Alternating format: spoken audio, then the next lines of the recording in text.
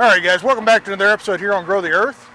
We've got our carrots here, and if you remember back, I'm going to put a video link right there to where we planted these. These were direct seeded in these beds, and as you can see, they have done wonderful. They have taken over this whole bed. Well, now comes the time where it's time to harvest. And there's a couple of different methods that we can go through of how we can harvest these, because depending on what type of carrots that you've planted is going to depend on what method you want to kind of lean towards. Now, a lot of our carrots that we planted here are a shorter variety. They're not going to be, you know, the 10 or 12 or 14 inch long monsters that you'll see sometimes. Most of these are going to fall within the, 2 or 3 inch to the larger ones are going to be maybe 6 or 8 inches. So most of these varieties we can just hand pull and we're not going to have an issue.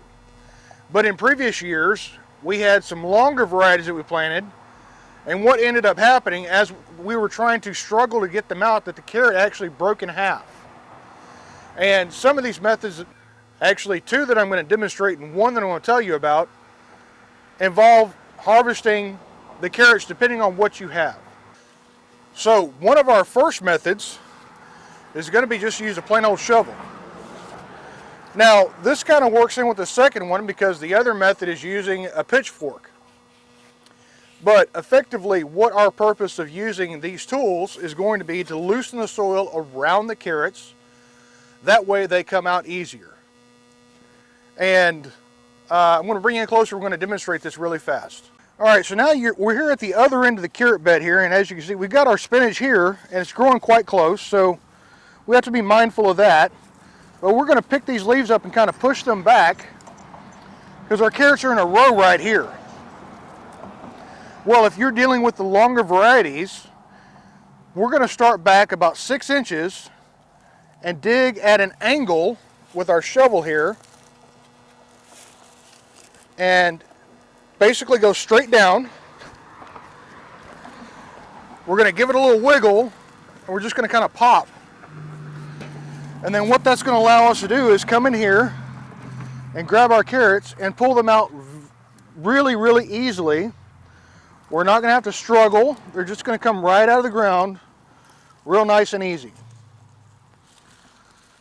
Now, if you're like me and you don't have these longer varieties, the 8, 10, 12 inch long varieties, the second method is almost effectively like what we just did here, except for we're just going to go in and grab right at the base where the green meets the ground. We're going to give it a little wiggle back and forth, and then we're going to pull straight up. Now this is, of course, this is only going to work for your smaller, your shorter varieties, because your longer ones are going to tend to break off down in the soil, especially if your soil is not loose enough. So that covers our harvesting part. Now, for the storage part of it, if you are not planning on eating these within the next couple days, your best bet is to leave the greenery on. The first thing that's going to happen is this greenery is going to start shriveling up.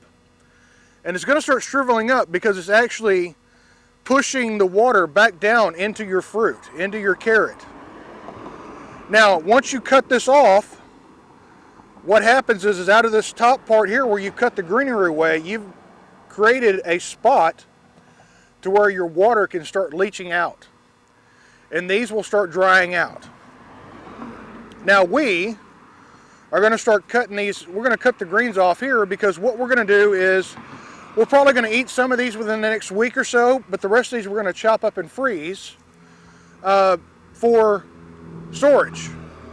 So, and we're just going to take these greens and we are going to compost them.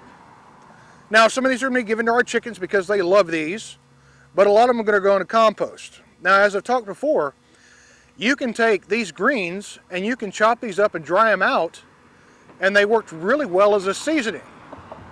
Or you can use them as a garnish if that's what you like.